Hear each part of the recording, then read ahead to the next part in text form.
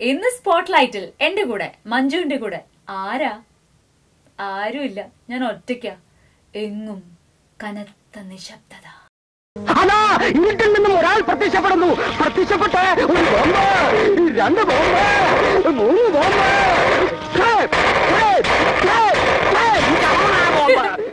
ഇങ്ങനെ ഒരുപാട് ബോംബുകൾ പൊട്ടിച്ചുകൊണ്ട് 2 പേരാണ് ഇന്ന് എന്റെ കൂടെ ഉള്ളത് സ്പോട്ട്ലൈറ്റിൽ. ഒരു പഴയ ബോംബ് കഥ. ഇന്ന് മഞ്ജുവിന്റെ ഒപ്പം സ്പോട്ട്ലൈറ്റിൽ ഞാൻ പ്രയാഗ, ഞാൻ ബിബിൻ ജോർജ്.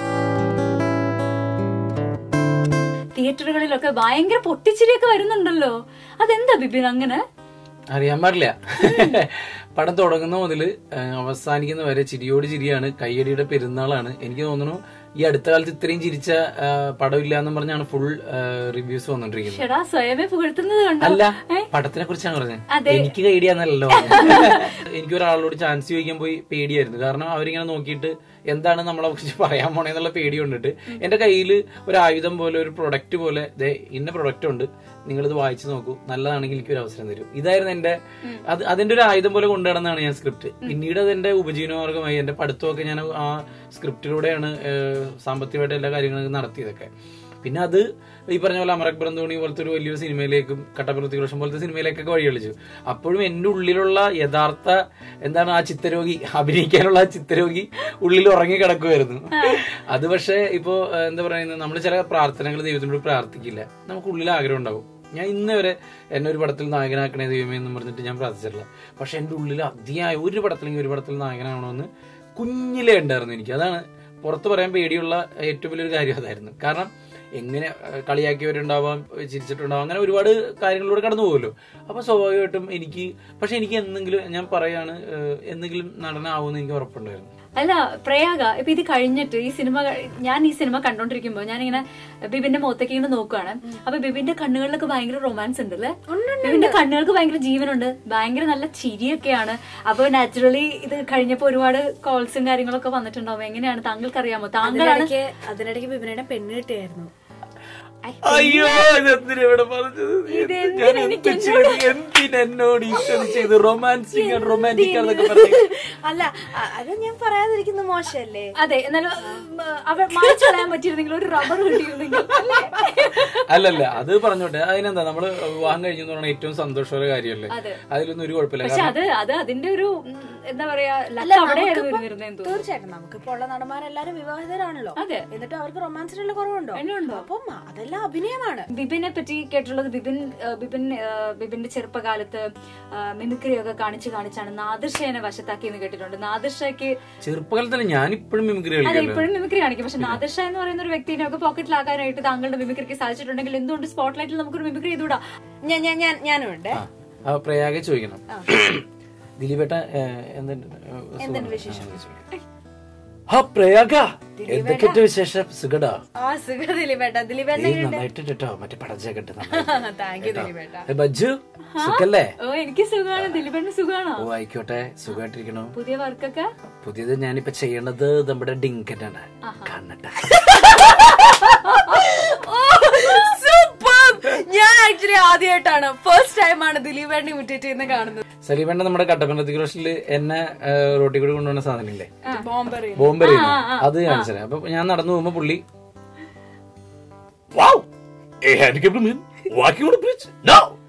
സഹോദര ദയവായി വണ്ടിയിലേക്ക് എത്തിക്കണം, താങ്കളെ പോണ്ട സ്ഥലത്ത് ഞാൻ എത്തിക്കാം. വേണ്ടേട്ടാ, ഞാൻ നടന്നോളാം. അയ്യോ അങ്ങനെ പറയരുത്, താങ്കളെപ്പോലുള്ള സഹായിക്കാനാണല്ലോ ദൈവം എനിക്ക് സൗകര്യങ്ങളൊക്കെ ഉണ്ടാക്കി തരുന്നത്. കേറു പ്ലീസ്. അല്ല ചേട്ടാ, കേറു പ്ലീസ്. കേറി കഴിഞ്ഞപ്പോ ദൈവമേ ഞാൻ കൃതാർത്ഥനായി. വിഷ്ണു ഇല്ലെങ്കിൽ ബിബിൻ ഇല്ല, ബിബിൻ ഇല്ലെങ്കിൽ വിഷ്ണു ഇല്ല. ബിബിന്റെ സിനിമയില് വിഷ്ണു, വിഷ്ണുവിന്റെ സിനിമയില് ബിബിൻ എല്ലാം ഉണ്ട്. ഈ പാവം വിഷ്ണുവിനെ ഈ എല്ലാ സിനിമയിലും ഒരുപോലെ ഇട്ട് ഓടിക്കുന്ന എന്തിനാ? ഒന്നും അവന് ഭയങ്കര ഓട്ടക്കാരനാണ്, പക്ഷെ നാട്ടുകാരാണ് ഇതിനു മുമ്പ് ഓടിച്ചിട്ടുള്ളത്. പിന്നെ പൈസ കൊടുക്കാനുള്ള ആൾക്കാര്.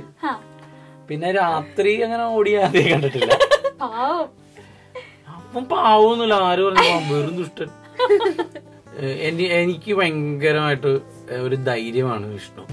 ഞാൻ ഈ പറഞ്ഞ പോലെ ആൾക്കൂട്ടത്തിൽ തനിയാവുമ്പോൾ, അല്ലെങ്കിൽ പെട്ടെന്ന് ഒരു കുഞ്ഞു കാര്യം കേൾക്കുമ്പോൾ വിഷമിക്കുമ്പോൾ ഞാൻ അവനോട് സംസാരിക്കുമ്പോൾ അവൻ തരുന്ന ധൈര്യമാണ് എനിക്ക്. തീർച്ചയായിട്ടും അത് ഞാൻ കണ്ടിട്ടില്ല, ഞാൻ സാക്ഷിയായിട്ടുള്ള ആളാണ്. ബിക്കോസ് ഇവർക്ക് രണ്ടുപേർക്കും ആ ഒരു ഗിവ് ആൻഡ് ടേക്ക് ഉണ്ട്. ഇവര് ഭയങ്കര നല്ല സുഹൃത്തുക്കൾ എന്ന് പറയുമ്പം എപ്പോഴും ചിരിച്ചു ഭയങ്കര സൗമ്യമായിട്ട് പെരുമാറുന്ന രണ്ടുപേരല്ല. ഇടയ്ക്ക് അവര് തല്ലുകൂടാറുണ്ട്, വഴക്കിടാറുണ്ട്. അതൊക്കെ ഏത് സൗഹൃദത്തിലും അതാണ് ജെനുവിൻ ഫ്രണ്ട്ഷിപ്പ്. അപ്പൊ അത് അറിയുന്ന ഒരാളാണ് ഞാൻ. വിഷ്ണുവേട്ടന് ഒരു താങ്ങായിട്ട് ബിബിനേട്ടനും, ബിബിനേട്ടൻ തിരിച്ച് ഒരു താങ്ങായിട്ട് സപ്പോർട്ടായിട്ട് വിഷ്ണുവേട്ടൻ നിന്ന സന്ദർഭങ്ങൾ ഞാൻ കണ്ടിട്ടുണ്ട്. ഞങ്ങൾ രണ്ടുപേരും കൂടി ഇവിടെ താങ്ങും നന്നായിട്ട് താങ്ങും.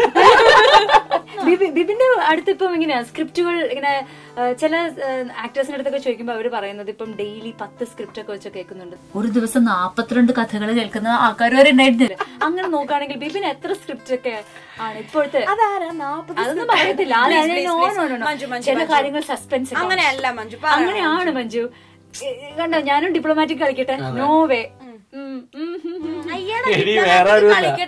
വേറെ ആരുമല്ല വിഷ്ണു ഉണ്ണികൃഷ്ണൻ ആയിരിക്കട്ടെ. ക്ലൈമാക്സ് അതായിരിക്കും. അല്ല ഇപ്പൊ കൊറേ തുമ്മുന്നുണ്ടാവും വിഷ്ണു. ഞാനേ എന്നോട് കുറെ പേര് വിളിക്കുന്നുണ്ട് കഥ കേൾക്കണം എന്നൊക്കെ പറഞ്ഞിട്ട്. ഞാനിപ്പോ ദുൽഖറിന്റെ പടം ചെയ്തോണ്ടിരിക്കുകയാണ്. അതില് കഥ തിരക്ക സംഭാഷണം വിഷ്ണു ഞാൻ ഓടി ചെയ്യണ പടമാണ്, ഒരു യമണ്ടൻ പ്രേമകഥ.